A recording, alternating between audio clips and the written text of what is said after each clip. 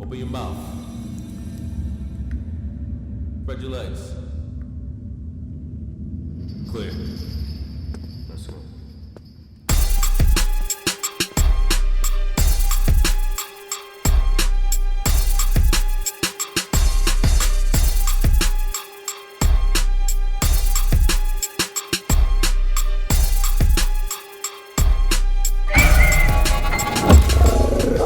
What up, what up, what up? It's your boy BX Tone. Welcome back, Dog in the Yard. Today we got Yusuf from Junior Black Mafia. Did 30 years. That's family. We was in Otisville, other facilities doing what we do. Went through trials and tribulations, but ultimately made his transition. With that, BX Tone, Dog in the Yard. Let's get right into it. What up, what up, what up? It's your boy BX Tone, Dog in the Yard. Welcome back. Got my bro Pistol Pete in the building. Talk about it. We got Big U. Big Yusuf in the building from Philly. What's up? Hey, man. You? Listen, it's a pleasure and an honor to be here, man. That's Appreciate my brother. You. Yeah, you my brother too, You man. see that For dog life, in the you yard? know that. We was really dogs in the yard. Yeah. That's Straight fact. up. Talk We your was- shit, you. No, on some real time, man. Me and Pete, Blast. Facts. Man, we used to work the dead man shift. We was in Otisville. We used to go in at 11 o'clock and finish work in the kitchen at 5 in the morning, 5, 6 in the morning, That's 5:30. right. Shifts. Man, we had so much fun. It was just like, even though I'm sitting there 30 years, but even though we was in prison, it was like we wasn't. That's how tight our brotherhood was. That's Facts. how, you know, That's right. when you, you know, as far as like federal prison and you link up with good men from different cities, man, it become a brotherhood. I really, you know, for real, I trust more brothers that I met in prison than I do people I know from the street. And that's course. real talk. No, real shit. Because That when goes for you me in too. there, man, you know a man's character. You know the fabric of their makeup, That's man, right. because That's right. there's no other choice when you in prison is to be real. Well, the thing about it is that the thing about prison is you have an opportunity to see dudes in their tough moments, moments when they challenged, Exactly. moments when they're struggling, times when their family can't even understand what the individual is going through, right? We're the guys that's able to see a guy after a tough conversation on the phone. What does he do after that conversation? We What know is he it. really like? Right. You know what I'm saying? You know, I always say the walls come down when you're in prison. Oh, It's no front. True facts. Like when you front in prison, you're not around. You True understand what I'm facts. saying? Like when you're a faker, you just don't last long in the community. That's a fact. That's right. You know what I'm saying? But when you let all guards go down and you yourself and who you are, Man, that's if real you golden, talk. then you golden. You golden. Because, man, you listen, you be around good men from every city. Every like city. Ferris told you on the interview, the federal prison is international jail. That's a fact. You know what I mean? You're going to meet Russians, Italians, Mexicans. You know what I mean? You gonna Chinese, meet Japanese, Jamaicans. everything, That's bro. right. Africans. Some of them don't even speak English. You know, but Yeah. the real character comes out, man, when you behind those walls. So they bro. say That's real 80% talk. of communication is through body language. So sometimes it's going to be verbal, but most of the time it's going to be how individuals moving. We always talk about that. Yo, what's your movement like? Facts. But just to kind of go back to the foundation of it, introduce yourself. Tell us where you from. Tell us how much time you did in prison. My name is Yusuf Cobb, formerly of the Junior Black Mafia out of Philly. You know, I did 30 years. I faced the death penalty 4 years into the 30. You know, Allah blessed me, you know, to get found not guilty of all charges. So I'm here, man, you know, it's real, you know. Without a doubt. That experience, man, you Living know, proof. going through what they did to us, you know, our case, and I told the real Rick Ross, his case, you know, is a showcase of what they did during the Reagan and Bush administration back in the day. Wait. Drop that. Give me that. But they, Come on. We was here with Chico Brown. Chico Brown was here and he was talking about Yeah, something yeah, similar. yeah, that's what He I was told you. talking- Yo, this is the No, same no. thing, but a lot of times the audience, y'all don't realize how real it is. And by Facts. no means is Yusuf, Chico, anybody coming here and just shifting accountability. But the reality is that's some real stuff happening out in society. But I'll give it back to you, because you tapping on but something deep. I'll tell you this. You know, like I was telling Pete, when I did the 30 years and 4 years into that bit, they indicted me on a RICO. So the feds in the state is different. The feds, they'll use the hearsay laws, the snag you, enhancements, whatever, right? But the state, they, it is what it is. You can't say, all right, well, how did you know this happened? I heard from a friend of a friend. That don't apply. That don't fly in the state. So I was able to see, our case for what it was. And man, it was deep. And it goes right back to by me being in Line Pop, walking the yard with Freeway Rick, and Rick telling me about his case, Manassas and Blandone, and how they set him up, how the cocaine Contra CIA scandal was in full effect. So now when I go back and start doing the research to my case, I found similarities in his case. How they, we were young black men, the prison industrial complex. Before they changed the laws, they was building prisons beforehand, knowing what they was going to do, knowing that they was going to come into the black and Latino community and put us in these prisons and have us working in Unicor. You know what I mean? So let me make a quick connection here, because we just, in one of our previous interviews, one of our guys that was on the phone, our guy Sherman Adams, he was speaking about the prison industrial complex in the School of Prisons pipeline. Right. So now you come in with another piece. So look at our segments as, building blocks, right? So you're learning stuff, you're being reminded of things that you know, but so you have the government building prisons, exactly. right? And now, because they're building prisons, they need somebody to put in the prisons. Exactly. So when you think about the School of Prisons pipeline, right, you make the wrong choice, at least a choice that you think is yours, right, is being influenced by something else, other environmental factors that put you in a position to where you find yourself inside of these prisons, federal and state as well. Man, listen, this thing is so deep. We couldn't even cover it in one segment. I'll tell you this, man, and I got a lot of examples of the misconduct and the way they, use and abuse, our communities. Of course. For one, right? I used to walk the yard. I remember I was in Line Pop, Philly. It used to be Philly, New York, Jersey. DC. Some of us all Baltimore, used to walk DC, together. right?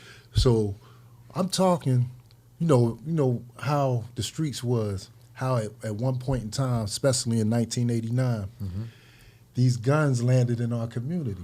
Do you know the same guns that fell on the streets of Philadelphia was on the streets of Chicago? Those Mac 10s, 32 Tech automatics, 9s. Tech 9s. So how did these same guns end up in our city, end up in New York, all around the same time? See, this was that was the plan. The plot. This was the plan to put us all in those prisons. And influx of these guns, you got drugs, you got guns, so you know what's going to happen. That combination. Murders. That's right. You That shit understand? is so fucking real, though.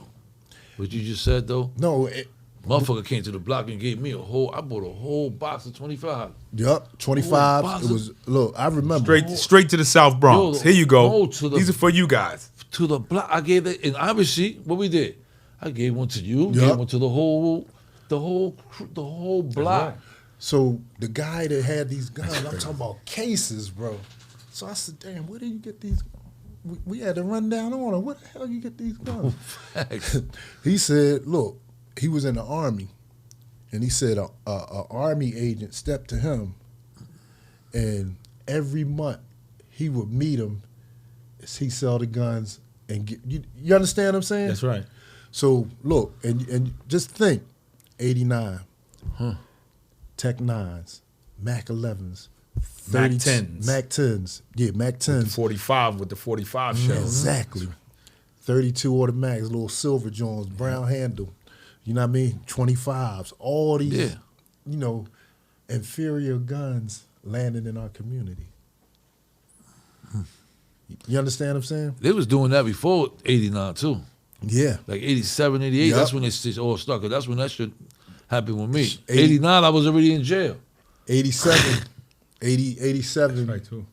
Up north. Now you got me crazy reflecting, right? Because I'm even influx thinking, of those and I'm thinking little about the Uzis. waves, right? Because you had the little ooh-wops, right? You had the techs, and then in 92, 93, and you got me sitting back thinking, trying to figure out, damn, where did we get? Because we had these AKs, How? right? We got Exactly. the AKs. We had the ones with the wooden handles, and then we had the one with the extension. Semi-Uzi shits. Right. Yep. And the question is like, yo, where did the they fuck come all those from? guns came from? Because And then you look seriously. you look at today. At that time, we didn't think about where they came from. We ain't care. We were so naive. and Exactly. ignorant that we didn't realize They were what- toys. Yeah. Like when dudes got Yup. something new like that, dudes like, yo, That was like a come yo, up. check this new Exactly. joint I got. It's like a come up. But Got this. That's a fact. when you walk the yard, and you listen and hear brothers from LA, from Chicago, New York, Philly, you know what I mean? You start really Processing it. understanding, damn, wow, why did it happen at the same time it happened in my city? You understand what I'm saying? Man, it's deep. So you know what I call that? I call that the bait and switch. Right? Yeah. Bait you into it, then switch you into a facility for the rest of your life, right? Based upon something that Exactly. happened, related to whatever it is that they put there. Us, again, we thinking about them as toys. We thinking Exactly. about we need them to protect whatever it is that we're doing. So you put the drugs there, then you have the accumulation of money. Guys got money in duffel bags, stacked in sneakers. Yeah. Money we ain't even have nowhere to put the money, right? Man, so listen. now we need the guns to now protect that. That's a fact. We don't really have a high level of financial literacy, so we don't even know that we need to take this money and do this, that, and the third with it. But Because we young. my point. But so thinking about what's your family upbringing like? What was the household like that you grew up in? Take us a little bit through that. Well, all right. We used to live in Tasker Projects, Mountain Drive. I got three sisters and a brother. So we come from Mountain Drive over the Grays Ferry over to Southwest. Gotcha. It was always family was good. It wasn't that we was rich, but we was rich in love. You know what I'm saying? right. It was more unity. It was more, family oriented. You know Both what I mean? parents. Well, not both. My mom Okay. and my dad. He had. But he was there. He was active. Exactly. Right. Although he wasn't there with your mom. So coming up in that environment, as you go older, first you want to be. We all wanted to be boxers. So right. we used to go to the gym. We used to do this and that. You know what I'm saying? And then as you get older, you go on to school. Now the street thing come into play. You know what I mean? So either you going to be this or you going to be that. Facts. You know what I mean? And so we was that. Copy. How was it? How was your household? Were your parents? Were your mom strict? Yeah.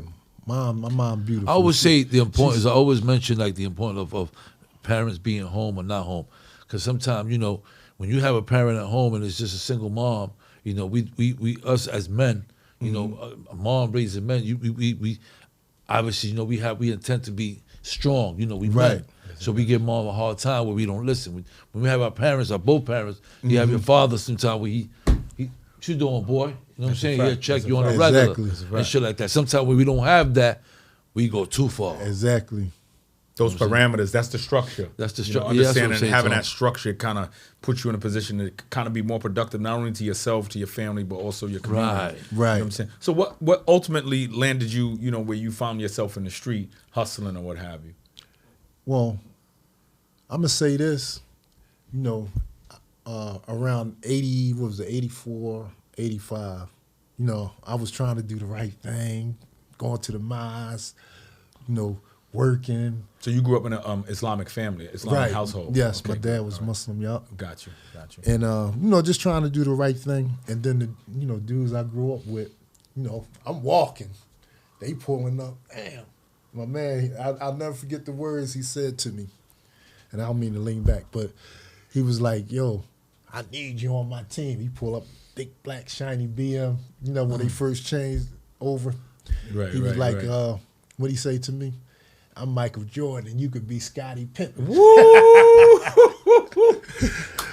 That was a sell. I said, That was damn. a sell. He was selling. That influence came. Oh, my- That yo- shit came in through the Environmental influence. what? Man, listen, he said those words, and I seen all them diamonds on his finger. I said, you know what? Pass the ball. You Yeah. know what I'm saying? Straight up. Pass the ball. As a matter of fact, Yeah, I I'm mean- a point guard. Straight Yo, up. yo, I'm yo, a point guard. Hey, yo, we laughing at it right now. But it's know, not a but that's- joke. But it's funny because you have to sometimes be able to laugh at your pain. Mm-hmm. But the reality is that it's some young people out there right now. Facts. Somebody pulling up on them with the Lambo truck Exactly. saying, yo, let's get to it. Look at this. And they biting. They biting. So we want to Every just day. show you that from generation to generation, we got the same thing happening, and it's on us. Yusufs, the Pistol Pete's, the That's right. Sherman Adams of the world, That's right. Like they the say, Swifts of the world, to push back on it and give the them game something never different. changes. It's only the players. That's it. Only the That's players. it. That's it. So, So tell go us, ahead, talk to us. Tell us, what led you up into the, into that charge that ended up giving you all that time. Well, I was with my comrades. You know what I mean? We formed a brotherhood. You know what I mean? And one thing, led to another. You So know y'all what I'm hustling saying? now. Y'all getting We money. hustling, Y'all we got doing this creative and that. brotherhood. But we don't see behind the scenes how they developed in the case against us. How they, Philly is really deep, man. Especially back in that time. And you gotta look at it, as I was saying to you, Pete, the shower posse was in our city. You know what I'm saying? And we had them in Brooklyn. They was in Right, Brooklyn. that's They right. was in D.C. They was everywhere. And you gotta remember, now I'm in Lollapop. After I go through this case, I'm researching like crazy. So I find out like how the shower posse, came, to the States. They was over there. They had political turmoil. In Jamaica. That's right. Right. Michael Manley, Siaga, the party that, won, they gave them a favor. They allowed them to come over here. You know what I mean? Open the gates. Allowed them to come over. You know what I mean? In Philadelphia, we had skirmishes that the government is responsible for. Right. I got it in black and white. They send this guy on TV, face blanked out, voice altered. But listen to this. Listen how they play us against each other. My co-defendant, he had got February, what was it? February 18th, 1988. He got pulled over, driving while being black. Brand new BMW. You know what I mean? He had one of the rings, JBM, Junior Black Mafia. But what was it really known for? just blowing money. Just blowing money. I'm going to tell y'all how they gave us the name, how they started this. And look, I done talked to the Philadelphia Inquirer investigative reporter, Jeremy Roebuck. When me and him had this conversation, he backed off because there's a lot of brothers that's in prison from this misconduct. But listen to this. They pulled my co-defendant over, driving. First they said he ran a stop sign. Then they said he coming from a suspected drug house. Then they said he ran a stop sign. They pulled him over, confiscated his car, the jewelry. You know what I mean? This is the only ring that was ever confiscated. I got the picture of it, and it had, just blowing money.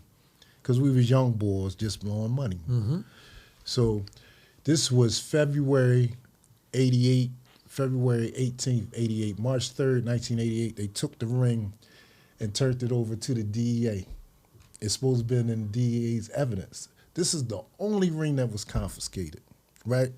So July 88, you ever when you watch like Action News, they got a segment called Crime Fighters. Right. Okay. You know what I mean? So they aired this program called Crime Fighters. This is a special edition of Crime Fighters. It'll be aired after, what was that show? Visions, 1980, concerning the war on drugs. Right. So they advertised it for like 2 weeks. Then when everybody tuned in because they want to know what's going on. It was just like in D.C. when they had their program, City Under Siege, and they was talking about how Jamaicans was coming in. So anyway, it aired right after Vision, and this man is in the studio, face blanked out, voice altered. he was being interviewed by noted newsman in Philadelphia by the name of Larry Kane. So he asked him, "Who are you?" His face is blanked out, voice altered.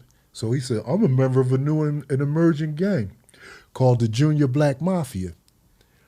Come to find out, when he said those words, the camera angled in on his ring finger, and he had my co-defendant's ring on his hand. Wow. And then the first words out of his mouth was, "We're going to exterminate all the Jamaicans in the city." War. You know what I mean? Declaration of war. Coming after the Child Posse. So there was a setup, that bait and switch. the bait and switch. They used the ring to make it seem like it was somebody from your team. Exactly. To make the shower to make posse think y'all was coming. Exactly. To initiate the war. They're going to strike first. You look at it, if you were a hustler and you was on the street, what would a sane person go on TV and talk about you a black mafia member? Man, we found out, man, listen, that dude was an FBI informant. Now look at the big picture. He was an FBI informant. The ring was in the DA's evidence. How did an FBI informant get a ring that was in the only ring that was ever confiscated that was in the DA's evidence? How did he get that on his finger? So it shows a collusion, bro. It shows a setup.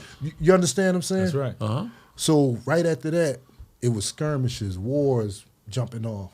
And to make this It's hard to fight that battle. But let's contextualize this, right? Because it's easy to talk about war and skirmishes, right? And some people that don't know no better, they just be like, yo, they just go on a war. Like, what kind of money was being made at that time? well, Right? Because this is something that contextualizes it to show what would energize people to kind of want to go to war. It's not just like two people that just had a little beef and now, because today, True. you find that there's a lot of little skirmishes over nothing. But Right. what was the Nothing. context? That's What was right. the financial context at that time? it was millions of dollars, bro. It was millions, because back then this was something new. You know what I mean? The influx of cocaine into the community, it would make, according to, if you had the connect, it'll make you an instant millionaire. Right. You know what I mean? Back then, you was getting from one key, you was making over 100,000. So you can make over 100 to almost between 100 and 200,000 off of 1 kilogram. That's what right. was the average shipment of kilograms? Was a guy just getting one? No. And And then you might not even talk about yourself. Maybe you may No, know it was a group of other back individuals. then. What was their shipments like? Was they getting 3? Was they getting 4? 1,000 keys. So 500 keys. So listen, I submit to you, right? You be talking about somebody getting 1,000 kilograms, 1,500 kilograms, and they're making between 100 and 200,000 per kilogram. This is the kind of money that we're talking about. Exactly. This is the bait and switch that we're talking about. So just contextualizing it so that the viewers can understand what was taking place at that time, I think is extremely important. You know what I'm Facts. saying? Facts. Right? When you think about it, like he said, instant millionaire. It's not like today, guy make $300, $400, $500 on the block. He happy, ready to shoot somebody over it. No. We talking about 60, 70, 80, 100, 200,000 a day. I'm talking about, dudes having personal stashes, 500, 600,000, $1 million. On a given. That's belong to them. Yeah. You know what I'm saying? No tax free. Tax free. That's I right. get you. And the crazy part about it, bro, put the icing on the cake. After these little skirmishes, I'm going to detail of the little war aspect, but do you know they end up putting us all in the same prison together? Hell yeah.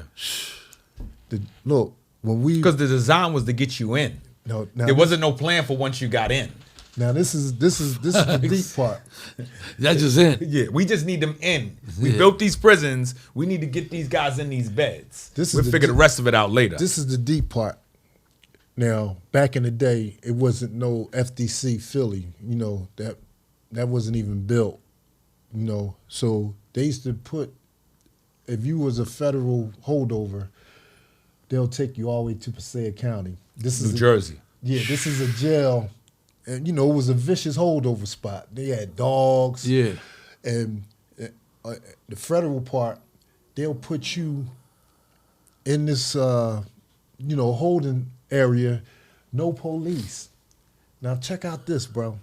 To make what they did, to appear to be a real situation, that real war was going on between us and the Shower Posse. They put us all in Passaic County together.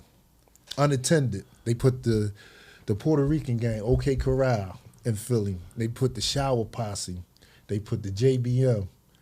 They put the Dominicans. All of us in one spot.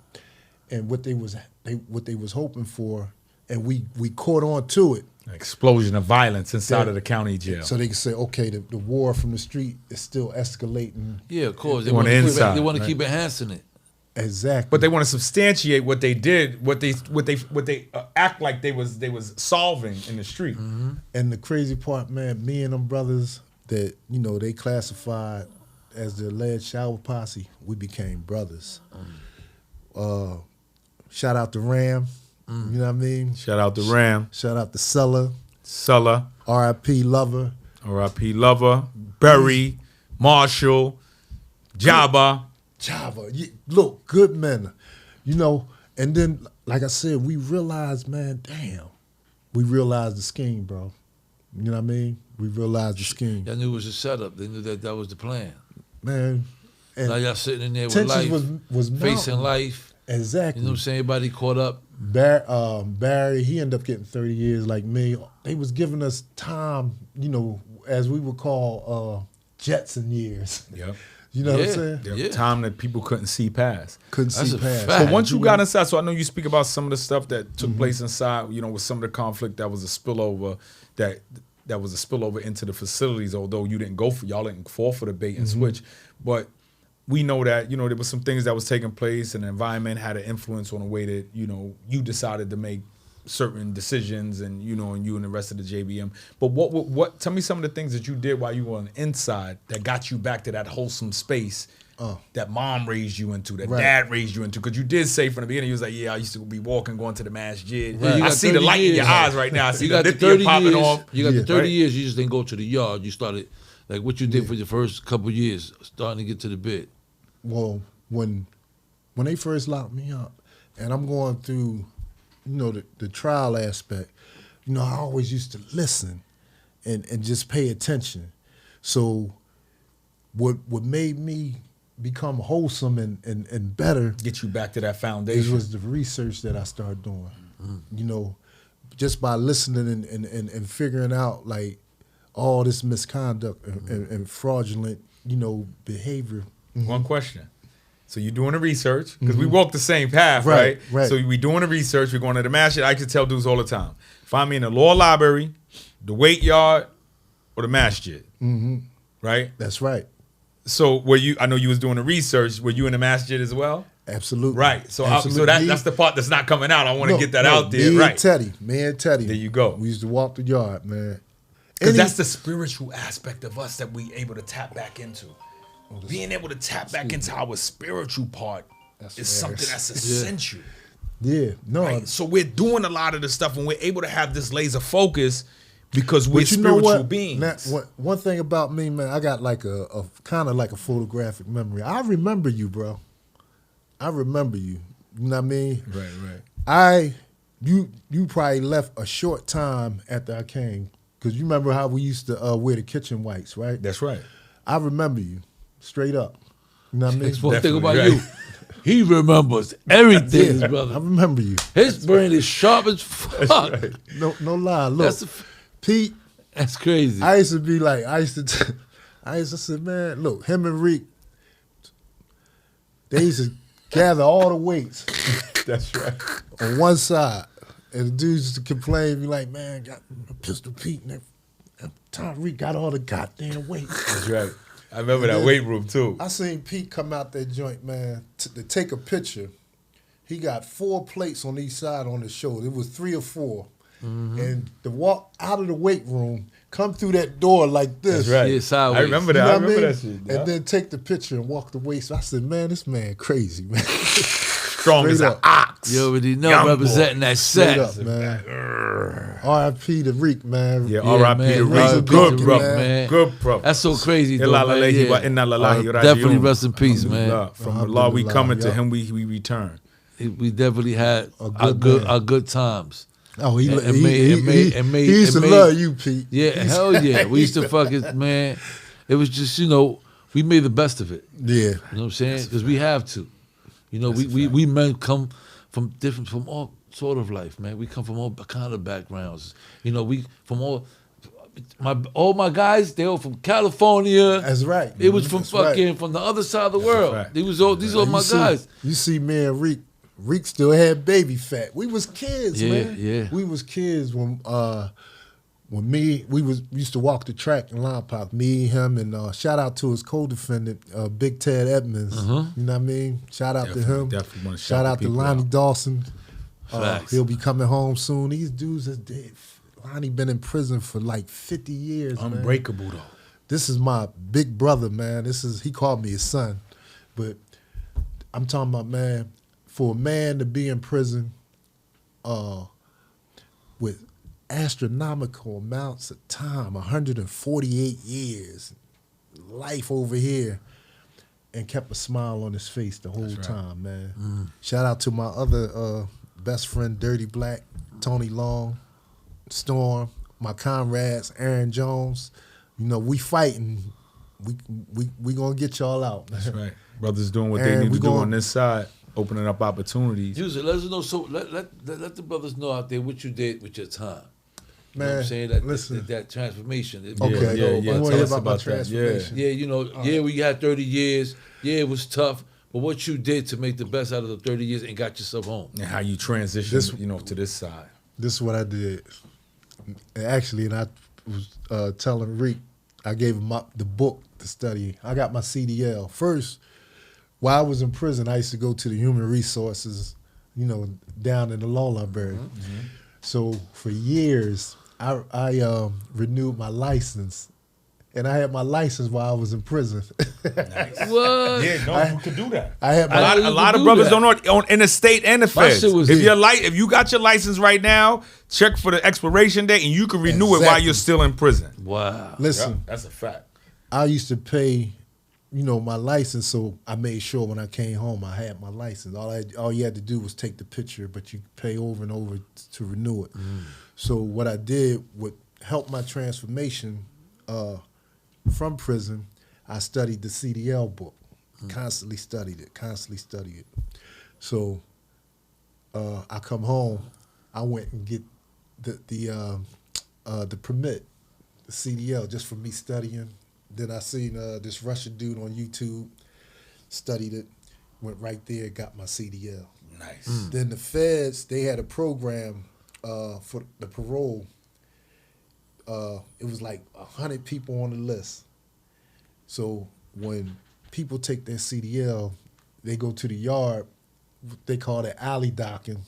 Is when you got to be on a 90-degree turn and pull it back to park and straight line back and stuff. A lot of dudes, they fail or they give up. You understand what I'm saying? So the parole officer, he came to me, he said, listen, man, we're going to put you in the class. He said, man, please make me look good. You know what I'm saying? He said, everybody always quit. He don't even know I already got my permit. Right. So that advanced me through the class. I didn't have to go through the class. I went straight to the yard, and they gave me extra time to practice. I ended up getting my CDL in 5 weeks. Look at that shit, man. You know what I'm Dudes saying? are That's spending that thousands of determination. dollars right now to get inside of them CDL That's programs That out here. determination. About $10,000. But that's also planning. 10,000. It costs 10,000 $10,000 to right get that now. CDL. But he pre-planned. He used this Exactly. time to his benefit. Came home, got his permit, and was already set up to get his CDL license to put bread in his pocket to take care of himself and his family. That's focus. So I started working for this tree company. Shout out to Bruce Sussman, you know what I mean? Savior Tree Company. And we started doing FEMA contracts. You know what I Government mean? contracts. So my first year, I went to, Savannah, Georgia. Okay. You know what I mean? So we was helping out, disaster relief. They paid a nice check, for somebody coming out of prison, making like $625 a day. That was nice money. That you better You know believe what I it. mean? Then I ended up going to your neck of the woods, Miami, Oh, shit. Coconut Grove, Okay. man. And we would spend like 3 months down there. You know what I mean? It was, man, I'm telling you, I loved it. You know what I mean? Like that. Work every day. Every day. You working 7 days of the week. You know what I mean? And then after we finish work, you might get up 6 in the morning. You finish like maybe 6 in the evening.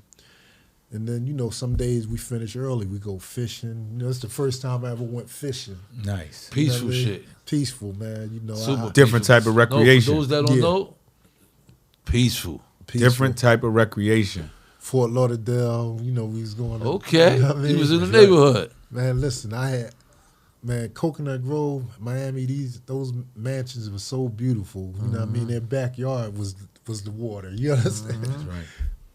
I mean, I really enjoyed myself, but it gave me, you know, an understanding and that freedom, you know, to really, you know, say, damn, man, look where I was, and now look where I'm at now. So what you doing now? Like, Well, right now, what are you doing now? What I'm doing now is I'm getting into the legalization of marijuana. Okay. I want to, you know, partner with some good men. Okay. You know what I mean? In fact, the guy that owned the tree company, Bruce, a good friend of mine, he owns a couple legal marijuana farms. So he's teaching me. You know what I mean? So here I go again. You Getting know? back to that education, right? He's Getting back to teaching me. learning. You know what I mean? And then my brother Ferris and all of us, we all come together, Beanie Siegel. You know what I mean? That's right. We networking. You know what I mean? We Y'all all forming the team. forming a team That's right. for generational wealth. We're going to make it happen, That's man. right. And I'm so happy, bro, to see you. You know what I mean? Appreciate you, And man. I see, That's right, look, that's man, right. I see you with Joe. Yeah, you know, we You know what I working, mean? man. That's We right. just listen, I love And- to hear what you're doing out, your growth, and how we just didn't walk the yard together, Exactly. right? You know, with the brothers that you just mentioned, as far as forming a team together to do business, I love to hear that. Build You know what I'm generational saying? wealth, man. That's yeah, what it's because about. I love that we And then- all, not just in the yard, but you out here doing it. You out here, we still following suit with brothers from different sort of, from New York. Exactly. From California, Yeah. from No, because Philly. once you form that brotherhood, man, like, you know, you got your brothers in New York, Bronx. My man, shout out to Los. You know what I mean? Yeah, yeah. And Los came home after, you know, having 3 life sentences. And then we walked the yard in Allenwood to see, you know what I mean, good men. Shout out to my co-defendant, Dirty Black. He did 35 years. Okay. He's home, and we started a nonprofit organization called S.A.V.E. You know, it's still in the development stages. Gotcha. But it's safeguard, atone, save Philly, safeguard, atone, validate, educate. You know what I'm saying? Well, we need to get him up here sometime. Oh yeah, definitely, y'all. He'll He's be doing greatness, man. We need him. We Yeah. need brothers like That's that up right. here. We need That's that right. voice. Setting that example and showing individuals what's possible, right? So just because, and I always like to exemplify the fact that you don't got to go the path we went. exactly. But if you went the path we went, know that there's possibilities out here. It's enormous possibilities out here, but it's about you putting the work in on yourself. It's about you signing up. Everything that Yusuf exemplified right here was about him signing up while he was on the inside. He started Facts. putting that where he put a plan together. And this plan was simple at baseline. And I mean, we're not talking about all the layers of the plan, but one layer was I'm gonna make sure that I keep renewing my driver's license because I got a plan what I'm gonna do with this Exactly. driver's license when I touch down. As a side effect, he skirted and missed the $10,000 fee that everybody else is paying when they get out here trying to get their CDLs, and he got his CDL within 6 weeks for way less than that. You know what I'm Exactly. saying? You know, one thing I can say, man, the social media, YouTube, these younger kids, man, they got a blessing in education. Because I don't That's a watch fact, no though. other TV but YouTube. That's a fact. Because if you want to figure out YouTube University. YouTube University, if you want to figure out and find out anything, you can go right to YouTube. Yeah. I can't look, when I came, I said, damn. And you know, I'm a fight fanatic. I get to watch all the old classic fights On a man. given. Oh, anytime. You know what I mean? Click it on YouTube and put something in, you're gonna get what you're looking for. Man, look, you could figure now you got Chat GPT. How much AI. greater could it get? What? There's no, you know, It's a poor excuse not to not do well. Exactly. The You know what I'm saying? 'Cause opportunities they're are tremendous, man. That's what I'm saying. Like you can't even compare what we went through without none of that. Man, it's so Can't nobody out here tell me that they don't have a job. Between Uber Eats, Exactly. Amazon Flex Shifts, and all kind of other You stuff, can't there's go no wrong. way that Can't you go should wrong. not have a job You or can't go have put yourself in a position where you be putting money in your pocket without having to keep looking over your shoulders. Now, for some of us, I ain't doing no Uber Eats, I ain't doing no Amazon. I'm telling you, I get pressed. Trust me, a sell ain't an option for me no more. I haven't had to do it, but if I ever get pressed, trust me, I know how to turn that into a livable income.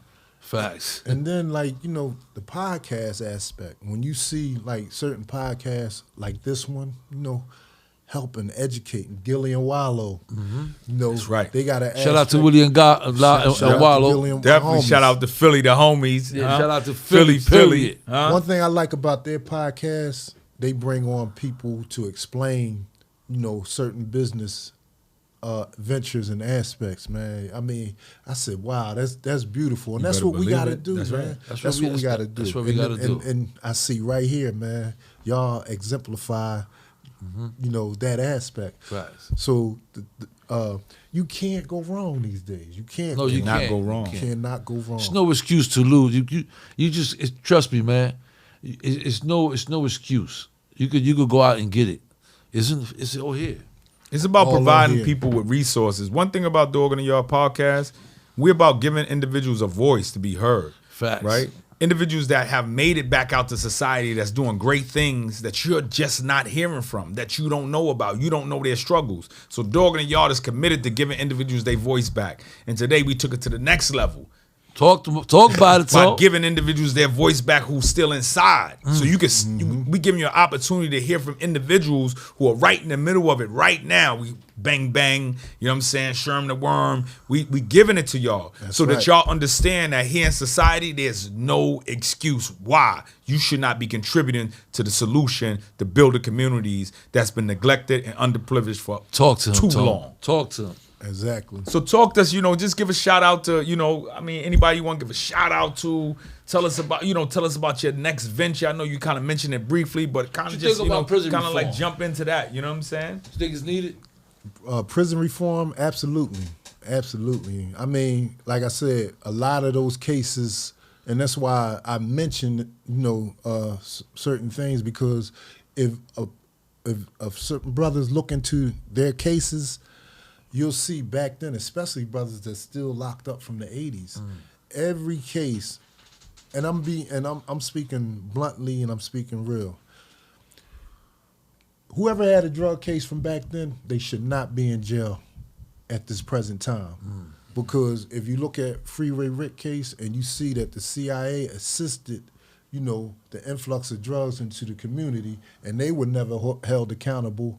So a lot of these brothers that so-called kingpins and this and that, they should never be in jail at this time. You understand what I'm saying? It's the fruit of the poison. It's called the fruit of the poisonous tree.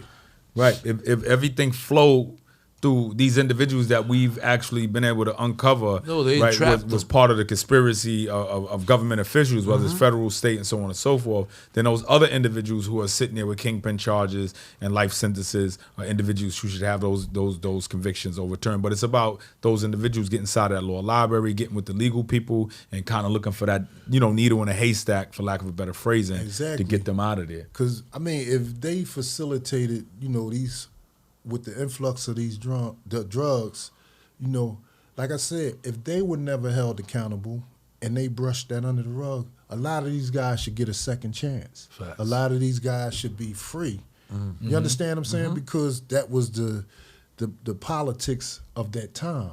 So when we speak about reforming the system, what's one thing you would say will play a part in that reform that we agree should be done? The main thing that would play a part in reform, 1984, Bill Clinton, they removed the college aspect out of prison.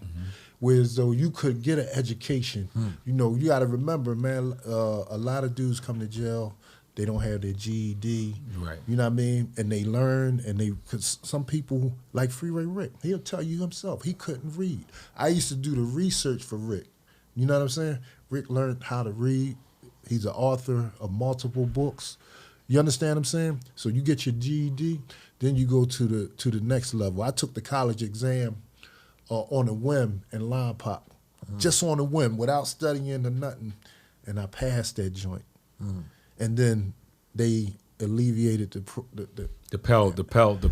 federal assistance for education You inside a understand what I'm carceral saying? environment. So education. They gave it back now, Yeah, but during that time, it was a dramatic hit to the system because guys couldn't kind of level themselves up because there was no federal funding to support those types of And see, education back inside then, the environments. Yeah. You get your PhD. You could get you know that. How far did you go?